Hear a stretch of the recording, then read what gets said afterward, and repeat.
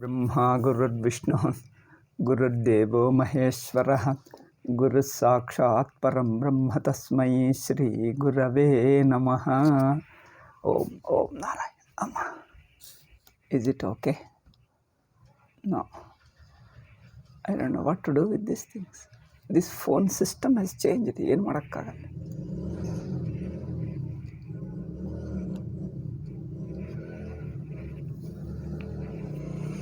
Okay.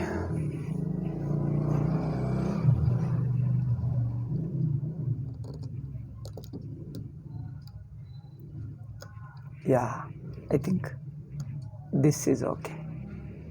Probably.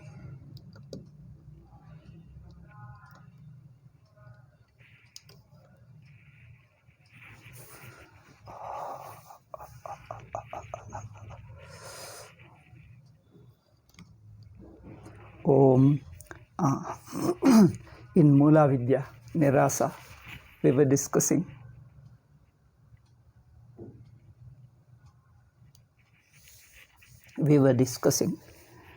the sixth point was over seventh passage. In the seventh passage, the Mulavidya Vadi explains Avasthatraya Viveka in his own way, according to his prakriya. Avasthatraya Viveka, the method of Avasthatraya Viveka and its ultimate purpose. Okay, what is its ultimate purpose and how far the avastha can take a person in understanding the truth. So they have their own way, but our Swamiji's Shankara's method is Avasthatraya is enough and perfectly enough to help us to understand the underlying truth. So common man told, by examining the avastha, nothing is going to change. We are, even after examining the three states, we are going to remain same as what we are, because it's not going to change anything. The world is going to be same and I am going to be the same. That is a common man's view. And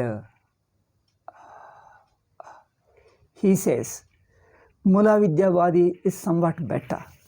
So he says the world exists in all three periods of time with a slight modification. So the regarding Sushupti we have discussed. I just briefly say in one or two sentences and proceed.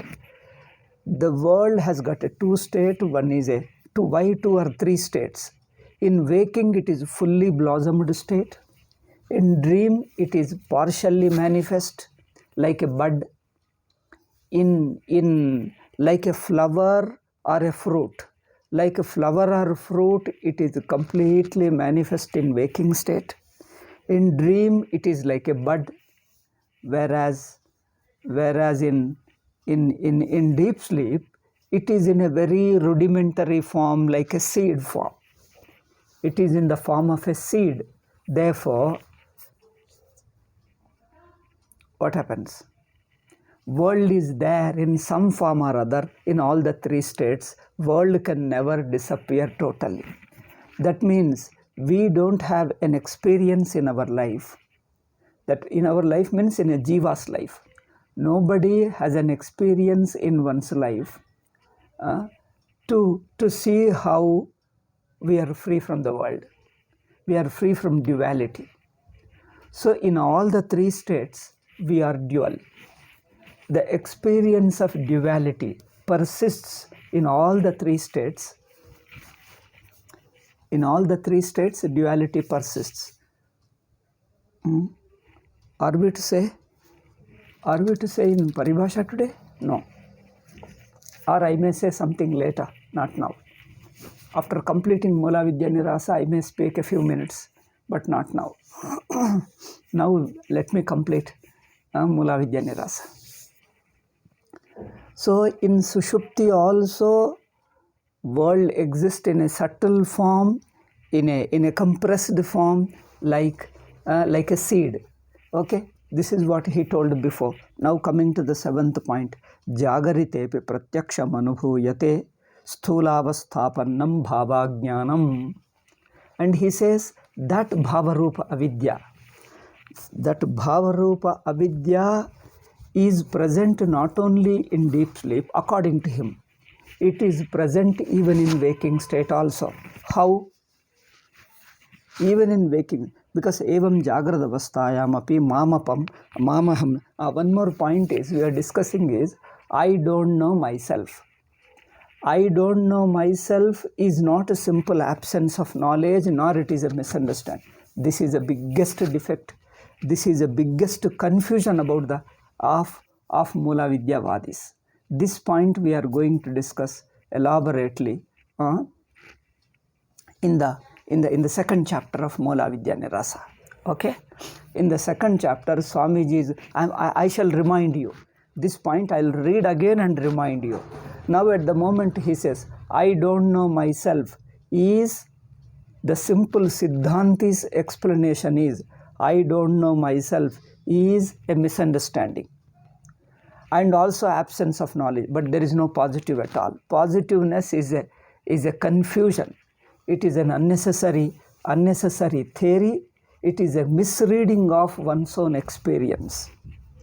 A misreading, in fact, it is a double adhyasa. It is a double confusion. Misreading of one's own experience. Not only misreading, it is a over explanation of one's own anubhava. The straight anubhava is you see somebody else other than Brahman. This adhyasa is matter of everybody's experience. But anyway, Purvapakshi says, I don't know myself is something, a positive layer, an avidya in the form of a positive layer. I don't know myself is positive. Okay, this is what, who says?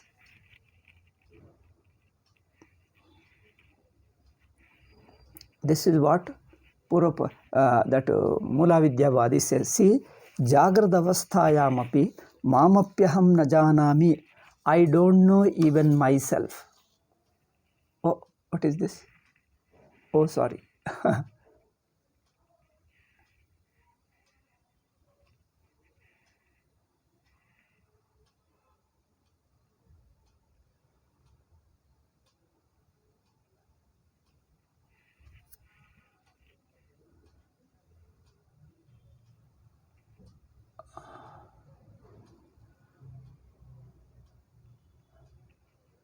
Some disturbance came. Okay.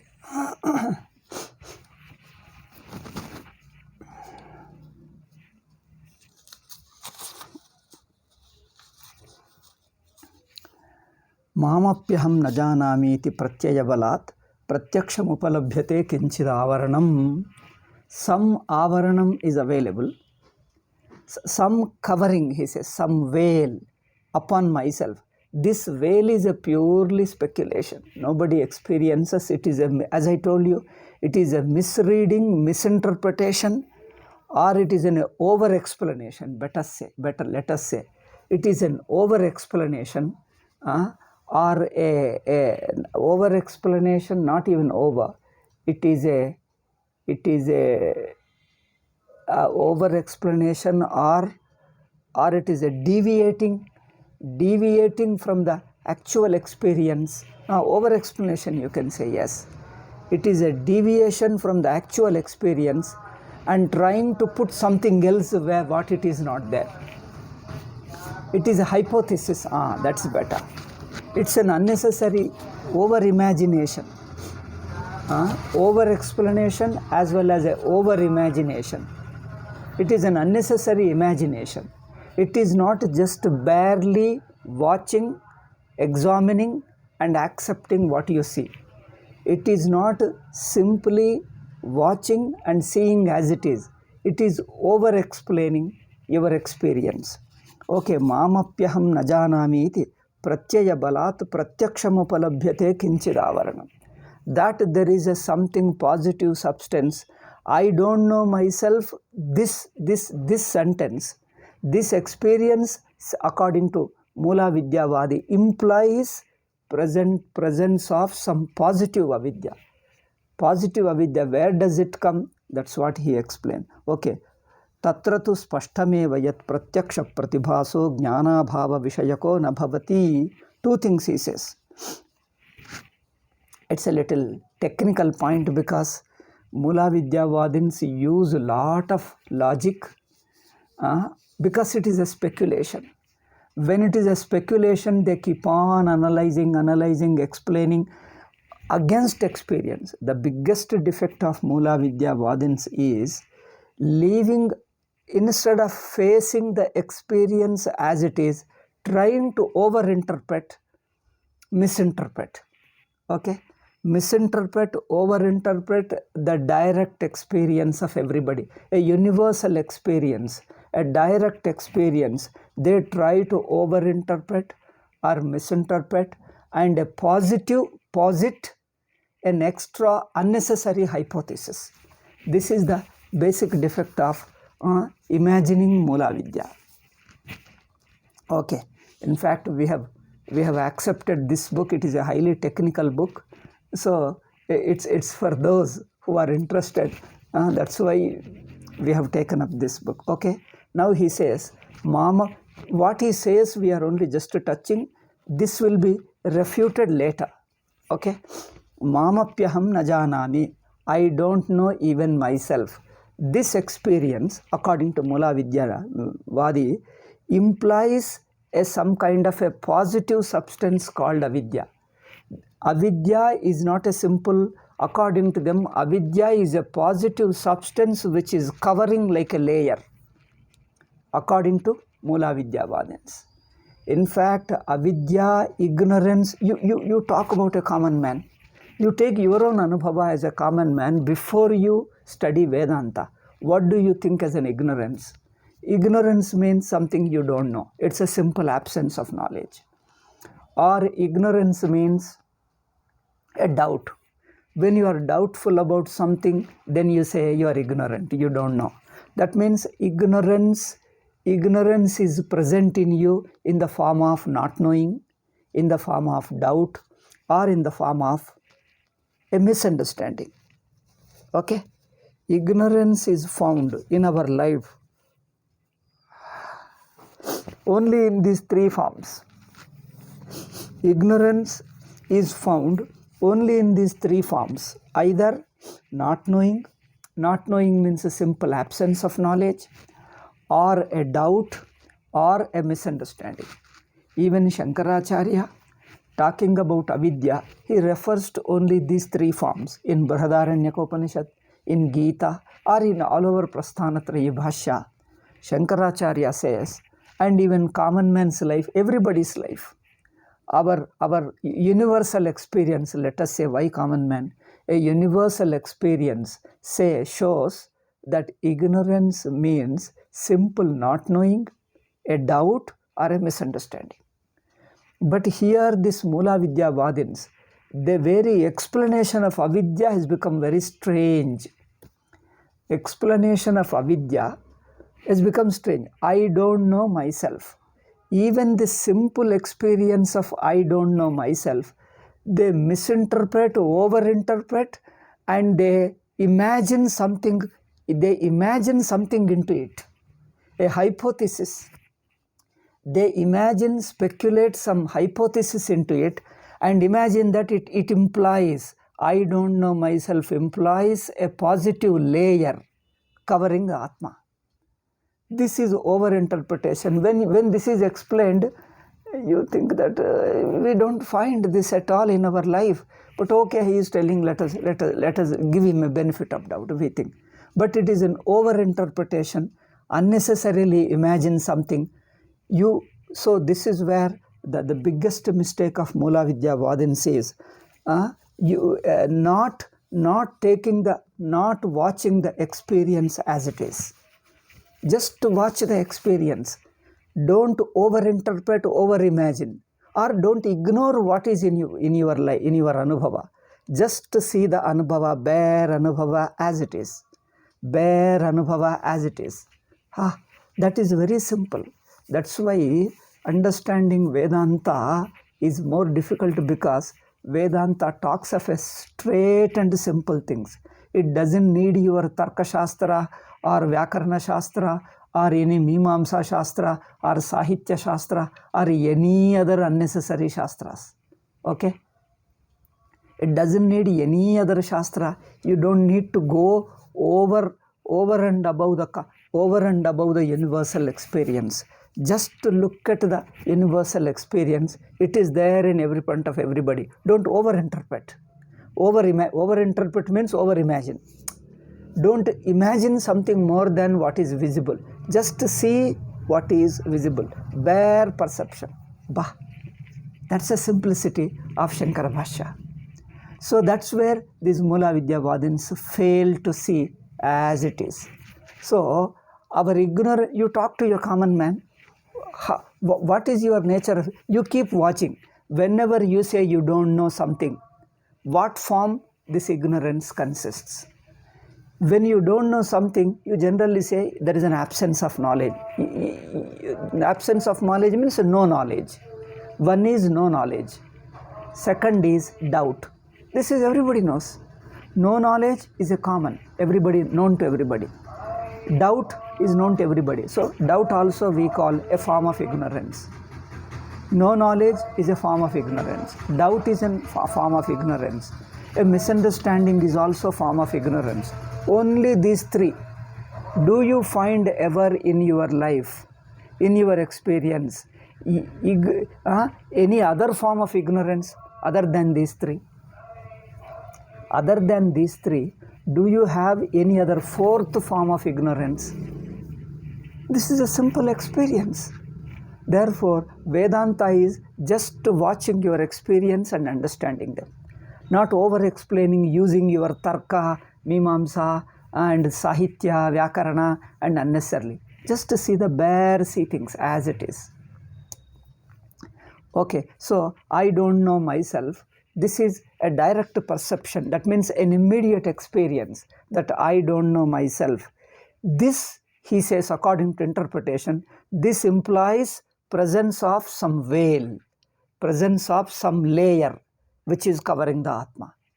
When you listen to this explanation, I don't know myself, implies a presence of a layer covering your Atma. Do you feel a layer? Do you feel something, a layer in you? You say, you don't know.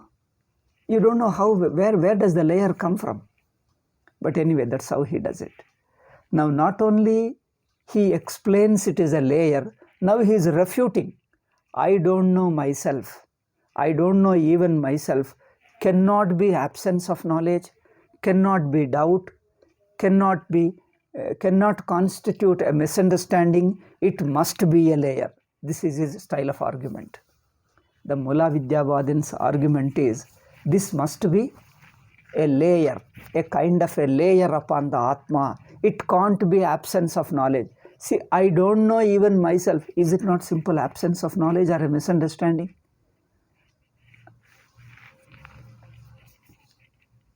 Tatra tu spashtameva yat pratyaksha pratibhaso jnanabhava vishayako na bhavati.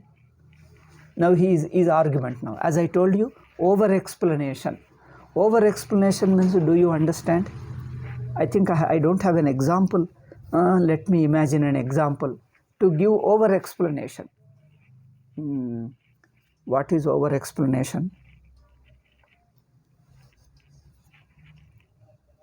Over-explanation means what is simply visible, you imagine too much into it. You imagine too much. So much you explain that people get confused. It is already visible. Simply you say, what is this? This is a cloth. Now you try to explain something so much means, what is it trying to say? When it is a cloth, is it not cloth? What more is to say? A piece of cloth. Now you keep on explaining, people get confused with that. Does he mean something more? Oh, he's telling something more. What is that something more? Other than cloth, we don't see anything else more than this. But he's trying to explain something more and more, like this, similarly that. I'm not getting an example, probably. I think as I proceed in the talk, I may get an ordinary man's a simple example of ordinary man where we over-explain unnecessary. Over-explanation. Here you see how he gives over-explanation. I don't know myself. It is not simple absence of knowledge. Why it is not an absence of knowledge? See his explanation. It is not an absence of knowledge.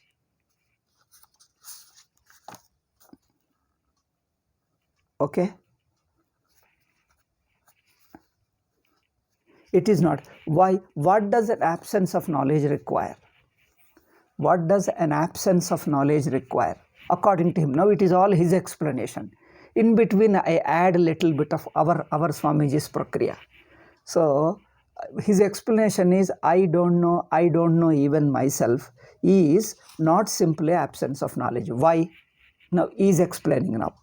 Pratyaksha pramana agamyo swabhavaha tasya shashta pramana vedyatvat.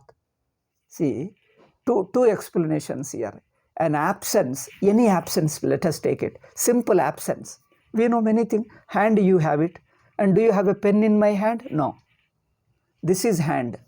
I ask you, is there anything else? Is there a pen in my hand? No. So this is an absence of something. Absence of pen, absence of pot or anything. Absence of pot in my hand.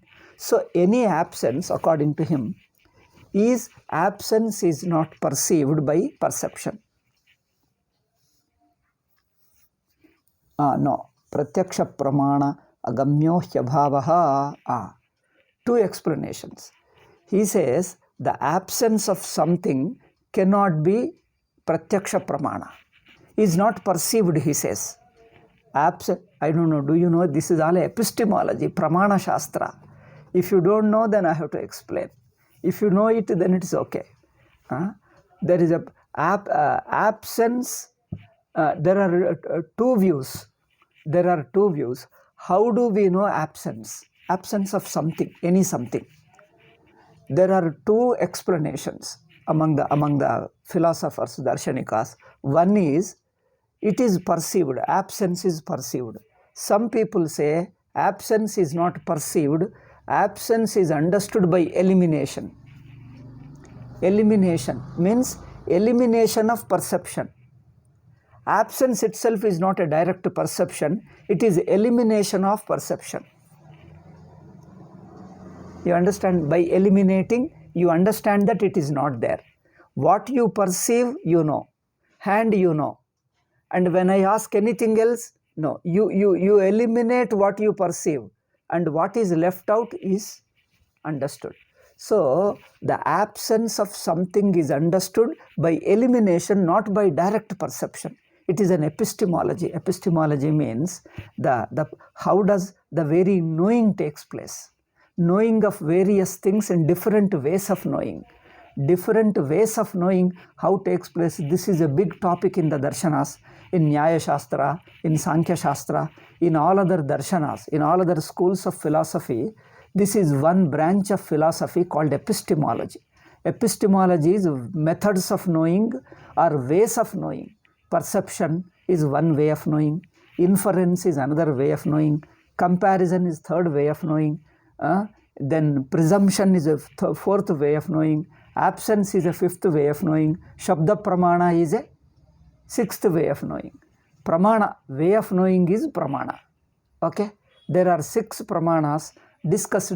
So some people accept 2, some people accept 1, some people 3, some people 6. All those various schools of philosophy accept the number of pramanas according to their interest. So we have to leave them here. Now just I gave you the background. What is this way of knowing? What is this pramana? Pramana is not a measure. Pramana is a way of knowing. Okay? Is a method of knowing. Or perception, indriya pratyaksha is one pramana. Inference is second pramana. Okay? This way.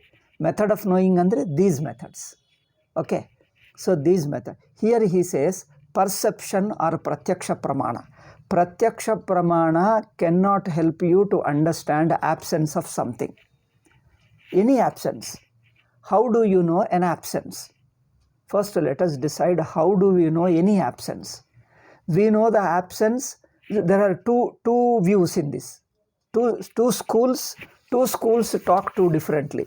One school says pratyaksha or perception cannot know abhava. Pratyaksha cannot know, pratyaksha pramana cannot perceive abhava. It understands by elimination. Therefore, it is categorized as another pramana. It is not clubbed under pratyaksha pramana. What? Perceiving an absence. Perceiving an abhava. How do you perceive abhava? Abhava is perceived not by pratyaksha but by another pramana called abhava pramana, anupalabdhi pramana. Anupalabdhi means non-perception.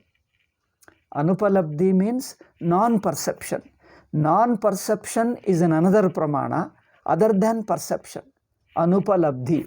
So, anupalabdhi pramana is a non-perception or elimination of perception, let us say. Non-perception means elimination of perception. So, that is another pramana other than perception. Okay, this is epistemology. Now, coming, this Purvapakshi says, how do we know the absence of something? He says, by anupalabdhi is another pramana which is called non-perception. Now, let us apply that non-perception pramana to the absence of knowledge, ajnanam. Now, how are we able to see ajnanam in our life? By what pramana? By what way of knowing, but what method of knowledge we are understanding the ajnana? If ajnana is an abhava, abhava means what? Absence. Absence of what? Absence of knowledge. If absence, knowledge and absence of knowledge. Knowledge is one thing and its absence is called abhava. Jnana abhava, jnanasya abhava. Absence of knowledge is ajnanam. So if ajnanam is an absence of knowledge, how do you perceive? That is the question. So Mulavidyavadi's explanation is, by pratyaksha you would not know. First statement is, direct perception you can't perceive any absence for that matter. Therefore, absence of knowledge also you cannot perceive by pratyaksha, by perception. Like eyes can see the color directly. Okay, ears can perceive the sound directly. You don't need any other. Okay, eyes can perceive color directly. But how do you perceive the absence? Absence of an object or absence of knowledge? Any absence. Any abhava, absence of knowledge, how do you perceive? By perception, by eyes. Can eyes see? No, you can't see eyes. Then how do you perceive? You have to show. He says, pratyaksha pramana agamyaha abhavaha. Abhava is not known to pratyaksha pramana. Then how? There is a sixth pramana we call them. Sixth is our Indian language, don't take it in English sense. In English, sixth sense means they take something else. The intuition is called sixth sense in English language. So we are calling it sixth pramana is Indian language, okay, in our Indian sense. Sixth pramana is anupalabdhi pramana, that is non-perception. A failed perception. A non-perception of something. Non-perception of something is another pramana which helps you to understand an absence of something. Shashta pramana vedyatvat yashtu pramanam na anumanyate tasyapya bhavasya na pratyakshatvam ghatate.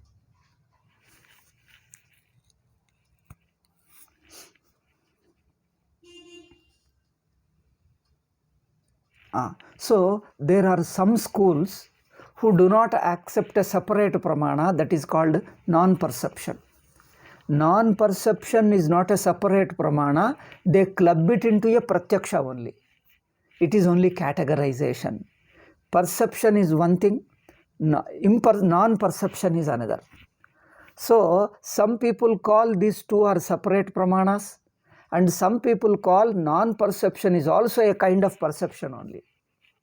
Non-perception is also a kind of perception alone.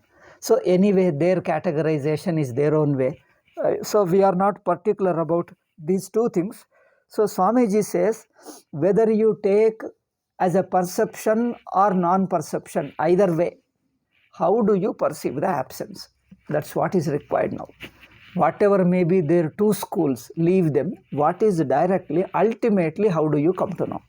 He says, Tatahi abhavasya, abhava requires two things. Dharmi atma pratiyogi cha jnanam vijnayete nava. Now, a dharma requires dharmi. An absence requires positive entity. Dharma requires dharmi. Dharmi means one which possesses the quality. For a quality to understand, you need the object which possesses the quality. If you say it is a red color, what is it which is red color? A cloth is red color. A cloth is orange color. You have to say. Now you say blue. What is blue? Pen is blue. You have to say. So, to perceive the color blue, you require the object which possesses this color. Okay? To understand the color, you need to perceive the object also which possesses that color. Okay? Without the object which possesses that color, you can't perceive the color directly. Impossible to perceive. Okay. Therefore, dharmi is required to perceive the dharma. One point. Another is, any absence requires its opposite vastu. Like pot, absence of pot, when you say you require an idea of pot. Without an idea of pot, you can't understand the absence of pot. You need to think of a pot, then you can understand the absence of pot. Otherwise, you go and see, come back. What did you see? You ask him. Nothing. I'll give you an example. Because this Anupalabdhi Pramana, here you see, what is it? Hand. I ask, what else? Nothing. Then I ask you, is there a pot in my hand? No. Then why didn't you tell me before? There is an absence of pot. See, when you ask the question, is there a pot? I keep the idea of pot in my mind and look at it and say there is no pot. See, to say absence of a particular thing, that particular idea must remain in your mind, then only you can see the absence of it. Then I ask you next, then what next? Is there an absence of watch? No. Is there an absence of pen? No. Yes, there is an absence of pen. Is there then what else did you see? Do you see a pencil? No. So whichever object you think of, then compare, is it there or not? It is not there. That means to say an absence of something, that something you have to think of. Okay? You have to think of something and look at and look for its absence. Yes, it is not there. Anything, cloth, is there a cloth in my hand? No. That means you have to think of that specific thing to be able to see its absence. Okay, two principles. One is, an object is required to see its quality. Second is, you have to think of something to think of its absence. Okay, keeping these two principles in view, let us examine what is the nature of this absence of knowledge. Jnanasya abhava. Dharmyatma pratiyogi cha jnanam vijnayete nava. Now you say absence of knowledge. Absence of what knowledge? Absence of knowledge. To know the absence of knowledge, you have to think of knowledge. If you think of knowledge, how can you know the absence of knowledge? This is the argument he is putting. See, to know some absence of pot, you have to think of a pot. If you think of a pot, you can see, yes, there is no pot. Okay. Similarly, to think of an absence of jnanam, you are thinking of jnanam only. To perceive the absence of jnanam, you have to think of jnanam. When you have a jnanam, you can't have a jnanam. Jnanabhava. Therefore, abhava, ajnanam cannot be jnanabhava. Second thing, ajnanam, if jnanabhava is a quality, whose jnanabhava? Jnana bhava is Atma Jnana bhava. So where does it exist? It exists in Atma only. When you know the Atma, how can you think of Atma Jnana bhava? When you know the Atma, where is this Atma Jnana bhava? In the Atman. That means the Atma is the Vastu about which this Jnana bhava is a quality. Jnana bhava is a quality in the Atma. Do you know the Atma or not? Atma means oneself. Do you know oneself or not? Yes, I know myself. When you know myself, how can you know your absence? How can you know your own absence? You can't know your own absence. Therefore, I don't know myself is not an absence of knowledge. This is how he arrives at it. Do you have to do this much of circus now? Our explanation. Our Sachidananda Swamiji's explanation. Do we have to do this much of circus to understand absence of knowledge? See, this, they do like this. So he says ultimately, I don't know myself is not an absence of knowledge. It is something positive layer covering yourself. Positive layer, what you call spread over yourself. A positive layer. It is not simple absence of knowledge. यदि विज्ञायेते तदा तस्मिन्नेव आत्मनि ज्ञान अभाव ग्रहणं न संभवति अत न विज्ञायेते धर्म प्रतियोगी ज्ञान सापेक्षस्य का कथा ज्ञानाभाव ग्रहणस्य.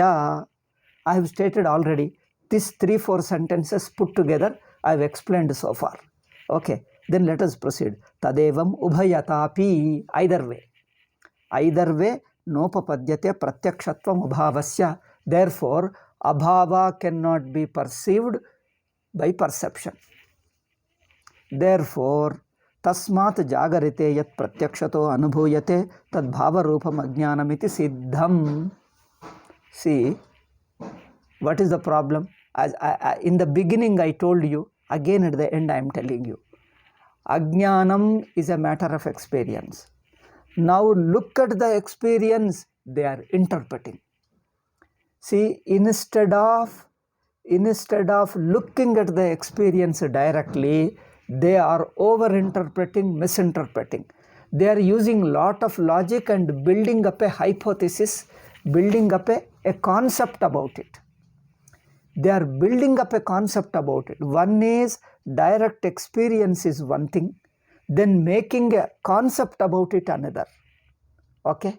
In making a concept about it, this kind of explanations come. Absence of knowledge is absence of knowledge, simple. Like any other absence, it is an absence. Now they say, first he is going, an absence of knowledge requires so many factors. All these factors don't exist. Or if they exist, absence of knowledge cannot be there. Therefore, I don't know even myself is not an absence of knowledge. Then what is it? Through this indirectly, he is trying to prove that there is a layer. If there is a layer, show there is a layer directly. This is our explanation, Swamiji's explanation. If there is a layer, if Ajnanam is a layer covering the Atma, show the layer directly.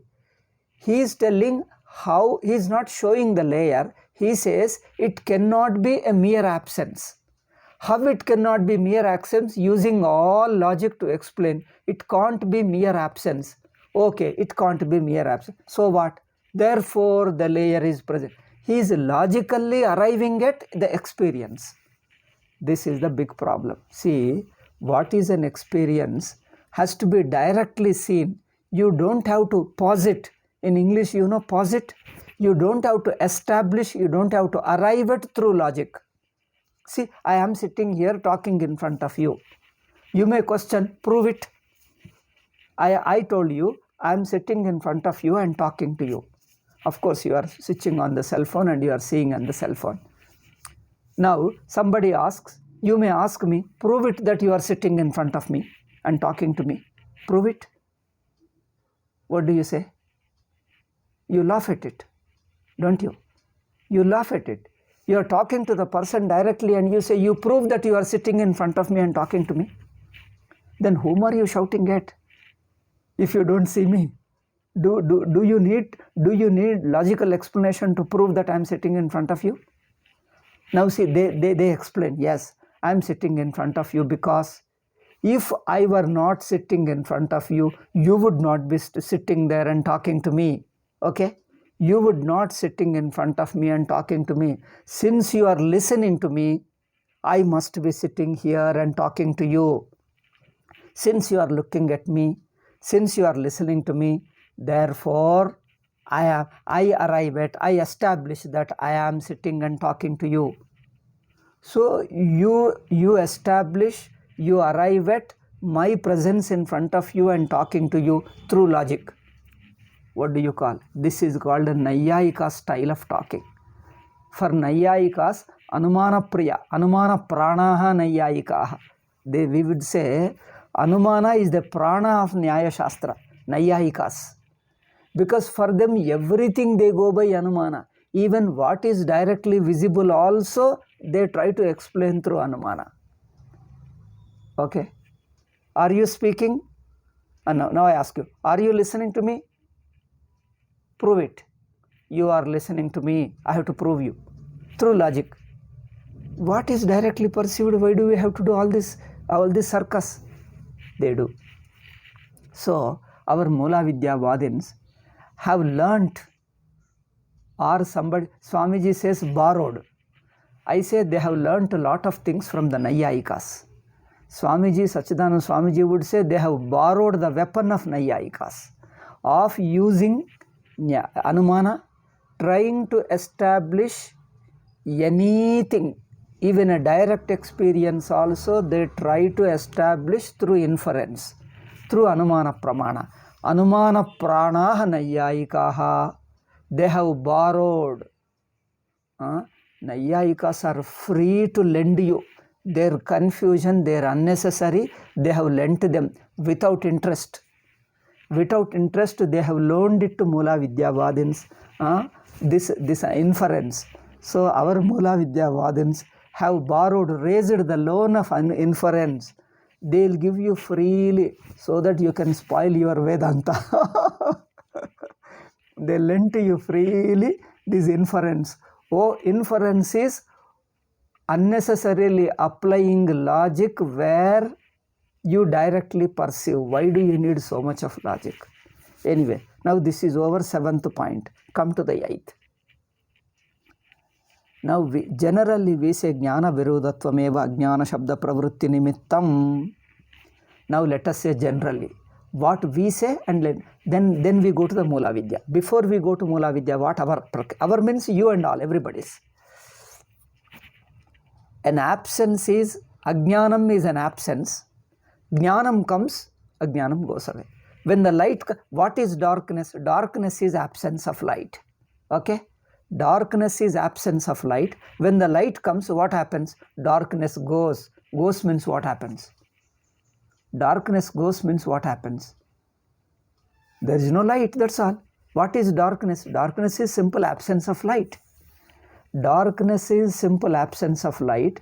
When light comes, what does it do? It dispels darkness, we say. What do we say? Light dispels darkness. Dispels means what does it do? Does it beat it and drive it out? Or does it spray it out? Drive it out, what will you do? Will break it or throw out or sweep with a broom? There is nothing to sweep out. There is nothing to sweep it out or drive it out or throw it out or lift it and throw it out. Because darkness is simply absence of light. Now, how does the light destroy darkness? Destroy is only way of expression. Don't take it literally. Light when it comes, it removes darkness or it destroys darkness, whatever you say. How does it destroy? How does it remove? There is nothing to remove, nothing to destroy, because darkness is simply absence of light. Light comes, that's over. There is nothing to remove or destruction. The very arrival of light is absence of, darkness was an absence of light. When the light comes, absence is not there. That's all. You don't call it absence because there is no, when light is there, how can you call absence of light? How can you call dark? This is simple explanation. Now what they say is, Ajnanam is not absence of knowledge. Ajnanam is not simply misunderstanding. Ajnanam is not simply doubt. So these three which we have been telling, not knowing, doubt and misunderstanding. Ajnanam is not these three, something more than three, a fourth one. Turiya Ajnanam. Mulavidya is a Turiya Ajnanam. Okay? Fourth Ajnana. Not only fourth. Panchapadika says fourth, Vivaranakara says fifth one. Fifth one, that we shall tell later. Okay, he says it is a fifth one. Now, if it is a positive ignorance, we generally say light removes darkness, means light comes, that's all. There is nothing to remove. There is nothing to remove. Light comes, that's over. But he says, how does Jnanam remove? Jnana, Ajnana, there is a virodha. There is an opposition, there is a contradiction or opposition between Jnana and Ajnana. What is the nature of contradiction according to us, according to Sachidananda Swamiji, Shankara and me and you? According to us, what is the virodha? Light comes, darkness is not there. That's the simple thing. When light is not there, there is a darkness. When the light comes, there is no darkness. This is the only virodha. Virodha means when one is there, other is not. That's all. When the light is, there is no darkness. When there is darkness, there is no light. The opposite is when one is, the other is not. This is simple opposition we mean. But here Mulavidyavadi says, Jnana Virodhi. Ajnanam is not absence of knowledge, it is opposite to knowledge. What is opposite to knowledge? It is an opposite object.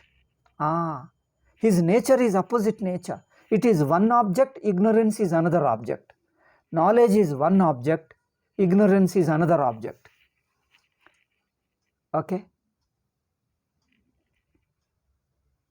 Like, I'll give you an example. What is heat and cold? When heat is, there is no cold. It only means that when the temperature rises, the low temperature is cold and high temperature is heat. Okay? Low temperature is cold, high temperature is heat. When the temperature increases, low temperature is not there. But he says low temperature is one object, cold is one object, heat is another object. There are two objects. When the heat comes, cold is not there because cold is destroyed. Cold is a separate object. Heat is another object. But we say cold and heat are not two separate. They are only degree of temperature. Higher degree is heat, lower degree is cold. According to him, cold is one object, heat is another object. So one object destroys another. This is his explanation. If you remember this example, you will understand what I am going to explain, what he is going to say. First example and then you go to this. He says, Varnita Disha Jagratyanubhu Yamayam Avaranam Sthula Rupam. The Avarana Rupa Ajnana, according to Mulavidyavadi, the Ajnana which is a veil, which is a covering upon the Atma, like a blanket, like a cloth. Thin cloth covers the body, a thin layer covers the Atma. So the thin layer, covering layer, is a Sthula Rupam. In the waking state, it is a Tasya Tat Karya Bhuta Prapanchasyapi Pratyaksham Avagamat.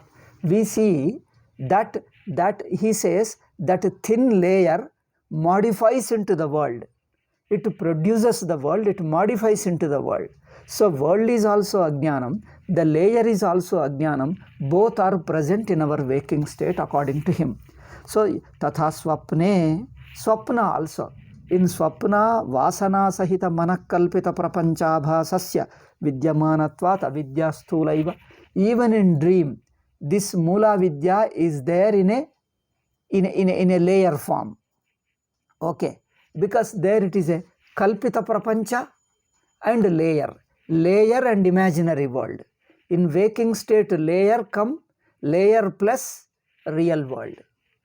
This is his explanation. As I told you, it's an over explanation. I told you already. You should be ready. That's why understanding Shankara Bhashyam is easy than understanding Mulavidya, Vyakyanakaras, because there is an over Vyakyanam, over interpretation or misinterpretation. Okay? Over explanation. Sometimes mine also becomes over explanation because we are explaining over Vyakhyana. Over Vyakhyana, when I explain my explanation becomes over explanation. So asyastu nidra rupa agantuka dosha sahakrutatvam visheshaha. There is a difference between waking and dream. In waking, there is an ajnana avarana. There is a avarana. They call ajnana as an avarana. So there is a covering of ignorance, and the very covering modifies into prapancha. This is waking. Whereas in dream, not only there is an avarana, there is a defect of sleep. Sleep means drowsiness. Drowsiness is a defect. So sushuptaucha sa sukshma bhavati iti dishtamadat. But what happens to deep sleep? In deep sleep, the same Mulavidya reduces, gets compressed, and it becomes a very thin layer because it further shrinks. Mulavidya shrinks into Sushupti, it becomes very thinnest layer. It shrinks further. So, yadittam karya vidya sukshmatapa. Therefore, avidya has got two forms. In waking state, it is a grosser form, and it is a subtler form in deep sleep. It is a sukshma avastha, sthula avastha. Okay, so in one or two sentences, we'll finish this. So, karana vidya, mula vidya iti vyapadesha bhagini. Therefore, like this, a karana vidya, karya vidya, a subtle form and a gross form, sthula rupa, sukshma rupa iti. Sushupte, it is a sukshma rupa. Not only that, there is one more point. Not only there is mula vidya, along with mula vidya, there is a karma, because adhyasa requires mula vidya and karma and samskara, vikshepa samskara. Therefore, samskara, karma, mula vidya, these three put together produce adhyasa. Okay, this adhyasa production we will see later, because it is a bhangadi. Bhangadi means it is a big building. It is a according to Mula Vidya, adhyasa is a big building. It is a huge Ram Mandira kattida hage. It is a huge building. We have to build it. We will build it later in the next class. If not next class, I think we will do in the second chapter alone. He himself will build. Mula Vidyavadi will. In Sugama we have built it. Those who have heard Sugama, you have understood what is that big building of adhyasa, according to Mula Vidyavadis. Okay, let me complete this paragraph only. Upapadita prakarena karya karananyatara rupatvena vijnayamana avaranam avidyadi shabdavacham jnana virodhatvat ajnanam. Therefore, it is another substance, opposite substance. Another substance of opposite nature. It is not absence of knowledge. It is not lesser knowledge. Misunderstanding is a lesser knowledge. Jnanam is only a higher knowledge. Lesser knowledge and higher knowledge. So, when you know little, it is incomplete. Incomplete knowledge is adhyasa. Complete knowledge is jnanam. Roughly like this we can say, according to us. For them, it is not lesser knowledge. Adhyasa is not lesser knowledge. Avidya is not lesser knowledge. Avidya is a substance opposite to knowledge. Okay? Avidya is a substance opposite to knowledge. It is not absence of dark, absence of light. It is a positive substance opposite to light. This is his explanation. So he will conclude it. How do you remove this ignorance? Okay? In the next paragraph, he will say that with this, Mula Vidyavadi's explanation concludes. Of course, with one more point, we will tell in the next class. So, with this it concludes. Then the Swamiji's explanation starts. Okay? So, tomorrow we will, either tomorrow if possible, if not next day, we will explain it. Okay? Om Shanti Shanti Shanti. Harihi Om Shri Gurubhyo Namaha. Harihi Om Tat Sat.